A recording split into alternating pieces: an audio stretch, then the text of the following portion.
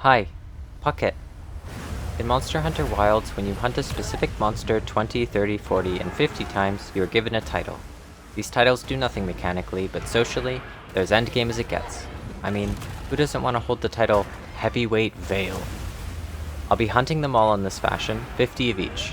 This time, I'm hunting Uth Duna, whose name makes me feel like I can't pronounce words anymore. Uth Duna unlocks the titles Uth Duna, Raiment, Heavyweight, and Veil. Before starting the hunts, I'd already hunted 6 Uth Dunas, but I'll be hunting another 50 up to 56. I crafted up my first pair of dual blades and set out to hunt 50 of this apex predator in the Scarlet Forest.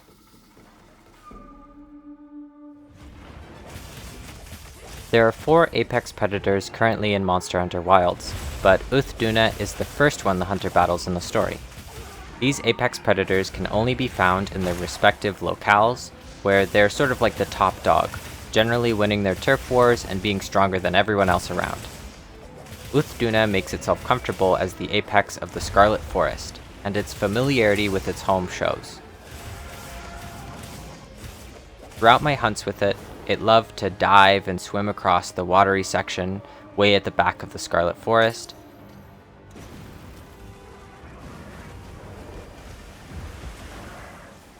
and it took unique, interesting paths as it transitioned between zones, sometimes swimming up waterfalls or diving through a bunch of rubble. This gave a lot of opportunities to interact with the environment for damage, stuns, all that stuff.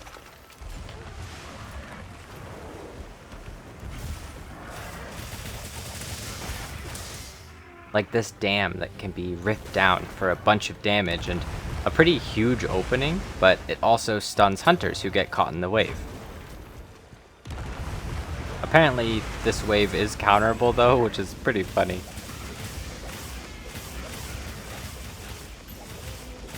Fighting Uth Duna 50 times didn't just make me familiar with the monster and its moves, it also made me familiar with the locale, like I was learning this monster's tricks to become more like the apex predator of the Scarlet Forest myself.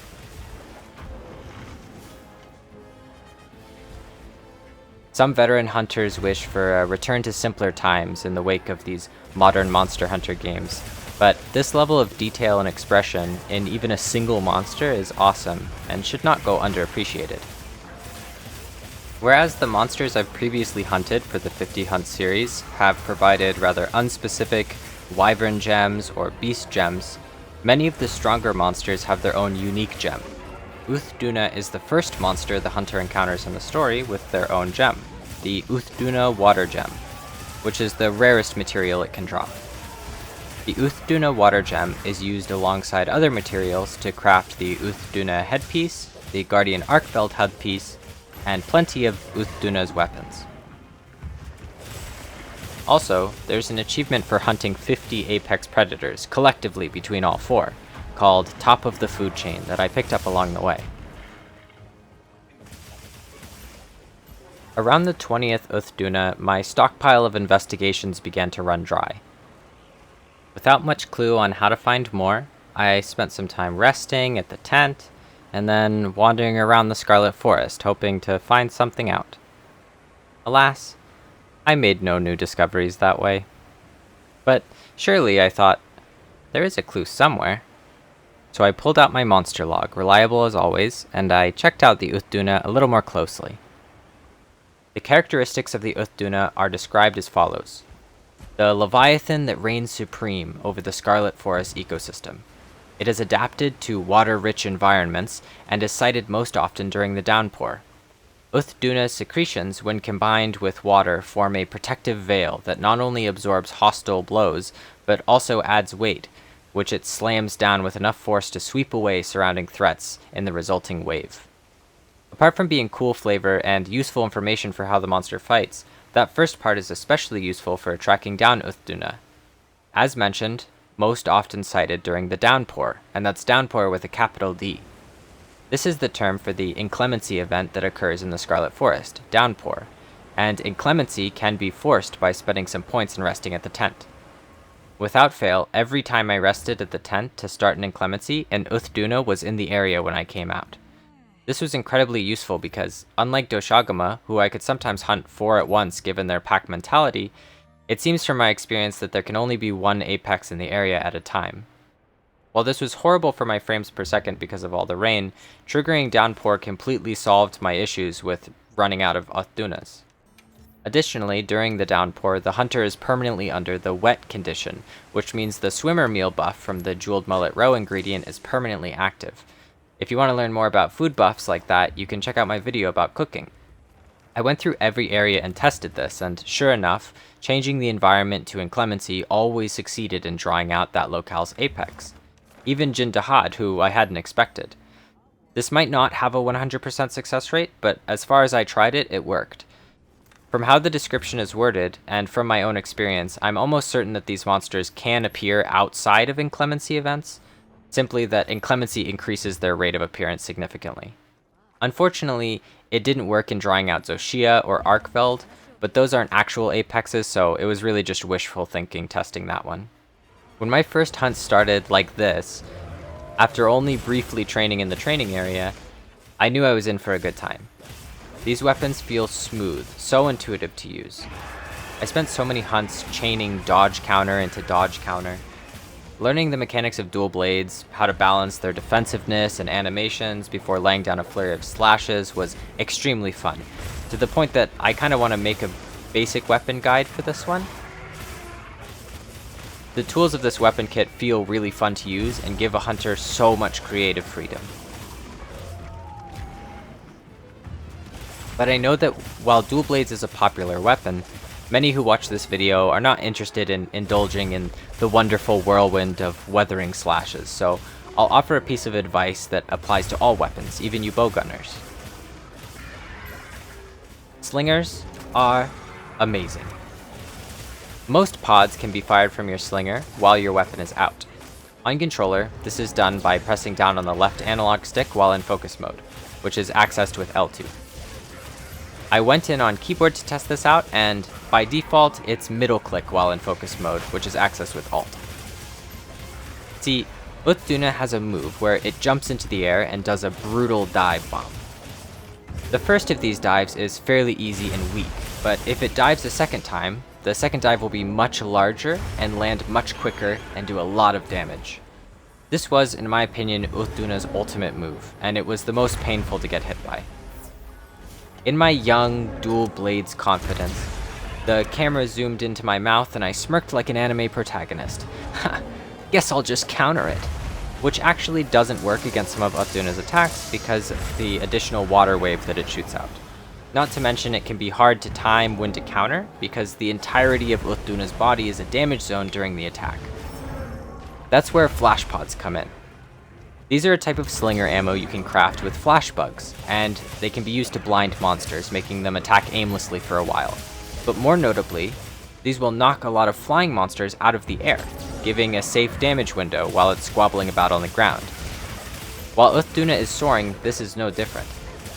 After the 10th hunt, I was flashing Uth Duna out of the sky over and over, simply by entering focus mode and pressing L3 the moment I saw it leave the ground. Much like tearing the special wound on Doshagama, this simple trick turned this monster's scariest move into a fantastic damage opening. Uth Duna was great for practicing this, and I urge you to try it for yourself if you're worried about being quick with your flash pods. Just make sure they're equipped before you draw your weapon, and it's as simple as pressing the button when the time comes. By hunt 30 or so, I realized I was running out of flash pods. After all, a hunter can only carry 3, so when I went to my item box, I added the flash bug phosphor to my loadout, and added a crafting recipe to the radial wheel. These craft 1-to-1 to flash pods, and I was only allowed 3 flash pods but 10 phosphor, so that means 13 flash pods until I restock. With this newfound power, I was once more a flash bug addict, flashing Uth Duna out of the sky so many times that there was once I actually hit the limit.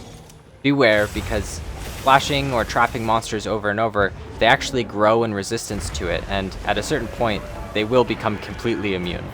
But hopefully by that point, they're defeated or captured. While you can always run away and restock at a tent, if you don't want to, this technique works for most craftable things that you might want to craft on the fly. Additional traps, mega potions, whatever you need. If you bring additional materials, you can just make more. As a general rule of thumb when hunting something, or even in gaming in general, if you have the opportunity to hit something in the head, it's almost always better than hitting it anywhere else. The acclaimed headshot, nothing else tends to be as strong. And while this is generally true in Monster Hunter, Uth Duna is a good example of when it might not be.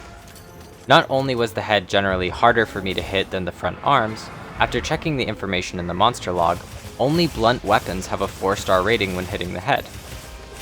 It's certainly not bad, but knowing that hitting the head was effectively the same damage as hitting the body, back, legs, or tail helped me prioritize my target instead of chasing that elusive face that was no better. This information is additionally valuable to know that while thunder damage is more effective, this effectiveness is only there when striking the head.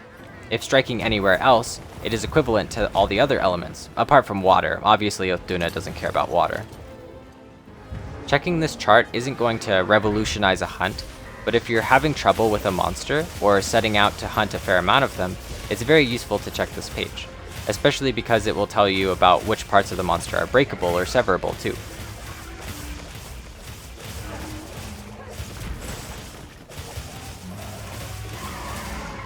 Much like the Poggy offset with Balahara, I'd seen the Midair spinning blade dance before. Triggered by hitting a wound with the dual blade's focus strike, this is one of the coolest looking moves in the game, sending the hunter spinning down the monster's back, Attack on Titan style.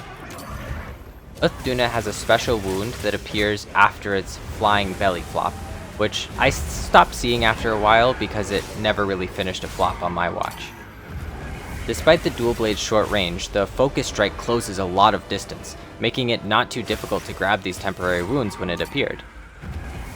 These wounds mean a lot for dual blades. Not only does it give the hunter a chance to immediately begin regenerating stamina, it also helps feed the demon gauge. All of this for free can supplement the stamina and demon gauge management of the dual blades hunter to make them even more effective. However, something started to dawn on me throughout these hunts. The animation of the Midair spinning blade dance, or MSBD as I'll be calling it, was really long.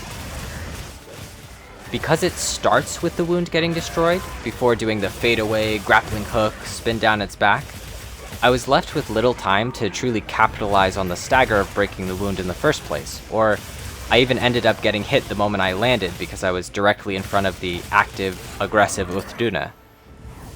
This even neglects to mention that, as far as I know, the hunter can't control which side of the monster they end up on. Sometimes I ended up getting stuck at Uth Duna's tail for a really long time, during its enrage phase when the water is all sponged up and struggling to get back to the front. This was especially bad with tempered wounds, which trigger a knockdown on the monster when broken.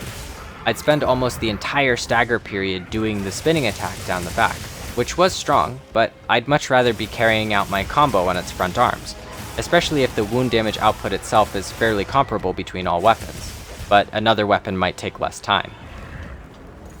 This focus strike can be contrasted drastically with the snipe from Heavy Bowgun, which is quick, effective, and barely wastes any time on the animation of getting into position for it.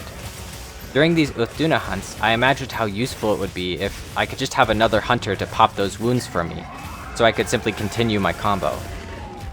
A way I found to work around that was that if the tempered wound I was going for was somewhere along Uth Duna's face or back, I could potentially hit it along the way while spinning from another wound, which would let me pop that wound a little bit later and give me more time on the ground, but it still wasn't great. Of course, the MSBD is so undeniably cool, and it does great damage, further improved like all successful focus strikes by Part Breaker and Weakness Exploit. Against fleeing Uth Duna, I was still spamming it out to stagger Uth Duna and occasionally slay it on the way out, so it's a great move, just weighing the pros and cons of it can be important. The Uth Duna armor set prioritizes the armor skills Peak Performance and Tool Specialist. Peak Performance increases attack as long as the hunter's health is full, and Tool Specialist greatly reduces the cooldown of special tools, which, as far as I'm aware, only applies to mantles. Mantles can be equipped or unequipped on the equipments page, but the cooldown for all mantles is 600 seconds, so At level 5, Tool Specialist cuts this down by 300 seconds. That's from 10 minutes to 5 minutes. Kinda huge. On top of this, Uth Duna's armor offers a unique set bonus called Protective Veil, which increases your defenses temporarily when using a mantle. Working together with Tool Specialist, I could see this being especially useful with Rocksteady Mantle, which already reduces damage taken, but makes the hunter immune to getting knocked back. Overall, these hunts took me 7 hours and 45 minutes, which means each hunt averaged out to around 9 minutes and 18 seconds. These 50 hunts keep getting longer, but this was maybe the most fun one so far. I ended up gathering 107 certificates, 81 tentacles, 162 claws, 174 cilia, 362 hides, 397 scales, 18 plates, and 27 Uth Duna water gems. But most importantly, the titles Uth Duna, Raiment, Heavyweight, and Veil, that I may become Heavyweight Veil, fast as Flash in the wilds. Uth Duna was a ton of fun, and I can't wait to take down the next fearsome creature too. If you like this video, or want to see another 50 hunts, maybe you learned something about dual blades, flash pods, or you can teach me something. Or perhaps you don't really believe that all 50 Uth Dunas were ethically sourced, high-rank Uth Dunas, and that I'm GMOing my Uth Dunas. Let me know. See you in the next video, where I'll be taking on this hideous brute wyvern with the most fun name in the game. Thank you for watching, good luck fellow hunters, and goodbye.